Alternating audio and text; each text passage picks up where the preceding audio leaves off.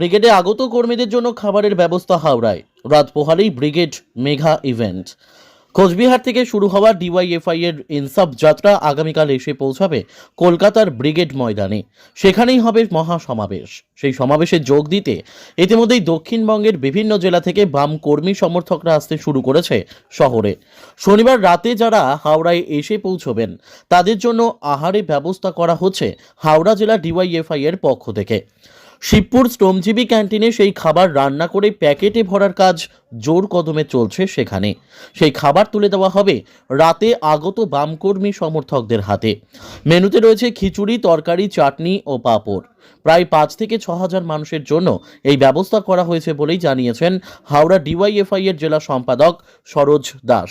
একই সঙ্গে তিনি জানান, তাদের ব্রিগেড সমাবেশ বানচাল করার জন্য রাজ্য সরকারের কাছে আবেদন করার সত্ত্বেও কোনো রকম মাঠ অথবা কমিউনিটি হল থাকার জায়গার নেওয়ার অনুমতি না পাওয়ায় কর্মীদের নির্দিষ্টভাবে কোনো থাকার জায়গা তারা ব্যবস্থা করতে পারেননি। অন্য জেলা থেকে আসা কর্মীরা হাওড়া স্টেশন চত্বরে রাতে কর্মীরা নিজেদের মতো করেই থাকবেন ও আগামীকাল সকালে হাওড়া রেল মিউজিয়ামের সামনে থেকে মিছিল করে হাওড়া ব্রিজ হয়ে তারা পৌঁছাবেন ব্রিগেড ময়দানে। বস্তি এলাকা প্রিয়নাথ মান্না বস্তি শিবপুরে। সেখানে কোভিডের সময় থেকে প্রায় একদম কোভিডে যখন প্রায় সরকার দরজা বন্ধ করে দিয়েছে মানুষের জন্য, সেই সময় থেকে এখানে আমাদের একটা কমিউনিটি শ্রমজীবী কিচেন চলছে। সেই কিচেন আজকে আমাদের ব্রিগেডে যারা আসছেন, গতকাল যৌবনের ডাকে জনগণের যে ব্রিগেডের ডাক দেওয়া হয়েছে ডিওয়াইএফআইয়ের, সেই ব্রিগেডে যারা ইতিমধ্যে আসতে আরম্ভ করেছেন, রাত্রিরে হাওড়া স্টেশনে মানুষ ইতিমধ্যে আসছেন, সেই হাওড়া স্টেশনে যারা নামছেন তাদের পুরো খাবার প্রায় 5-6 হাজার প্যাকেটের ব্যবস্থা, তাদের রাত্রিরের খাবার থেকে শুরু করে সমস্তটা এই কমিউনিটি কিচেন থেকে আমাদের ওই ব্রিগেডে যারা যাবেন কালকে তাদের রাত্রিরের খাবার দাবার ব্যবস্থা ওখানে করা হচ্ছে। কি কি থাকছে খাবারে? এখন অবধি রাত্রিরের খাবারে একদম সাদা খাবার, খিচুড়ি, তরকারি, তার সঙ্গে চাটনি, পাঁপড়। এই যে যারা আসছেন দক্ষিণবঙ্গ থেকে যারা আসছেন তারা থাকবেন কোথায়? সমস্তটা আমাদের দেখুন, এই সরকার কোনো হোটেল মানে কোনো রকম স্টেডিয়াম, কোনো রকম জায়গা, সরকারি জায়গা, কোনো রকম মাঠ কিছু আমাদের দেয়নি। সরকার ব্রিগেডটাকে পুরো বানচাল করতে চাইছে, কিন্তু এত মানুষ আসছেন ব্রিগেড বানচাল উনি করতে পারবেন না। মানুষ নিজের মতো করে জায়গা খুঁজে নেবে। এই ঠান্ডার মধ্যেও এই সরকারের দুর্নীতি, দাঙ্গা, সমস্ত কিছুর বিরুদ্ধে প্রতিবাদ জানাতে তারা ব্রিগেডে আসছেন। তারা সেই জেদ নিয়ে আসছেন, যতই ঠান্ডা হোক, সরকার জায়গা দিক না দিক, মানুষ নিজের জায়গা রাস্তায় করে নেবে। মূলত এই যে কি কি অভিযোগ আর কি কি দাবি?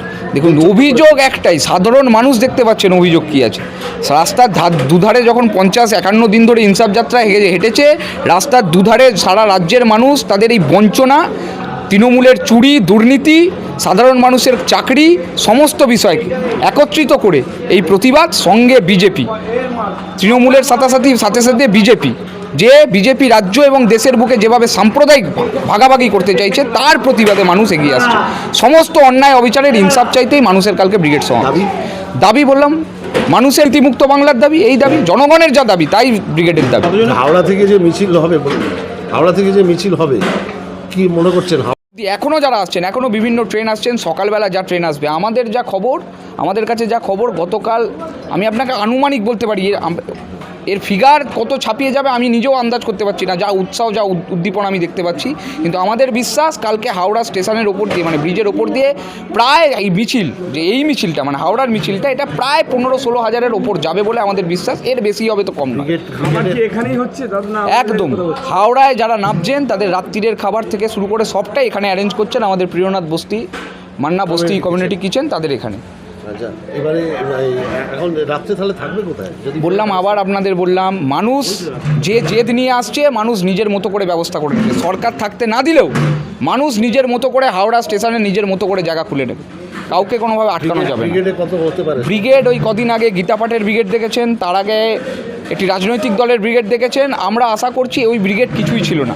এ ব্রিগেড সমস্ত প্রত্যাশা আর মমতা বন্দ্যোপাধ্যায় তথা বিজেপির মোদিজির বুকে কাঁপন ধরানোর মতো ব্রিগেড একটা হবে। আমার নাম সরোজ দাস, আমি হাওড়া জেলার সম্পাদক। হ্যাঁ, ডিওয়াইএফআইয়ের সম্পাদক, যুবর প্রোগ্রাম।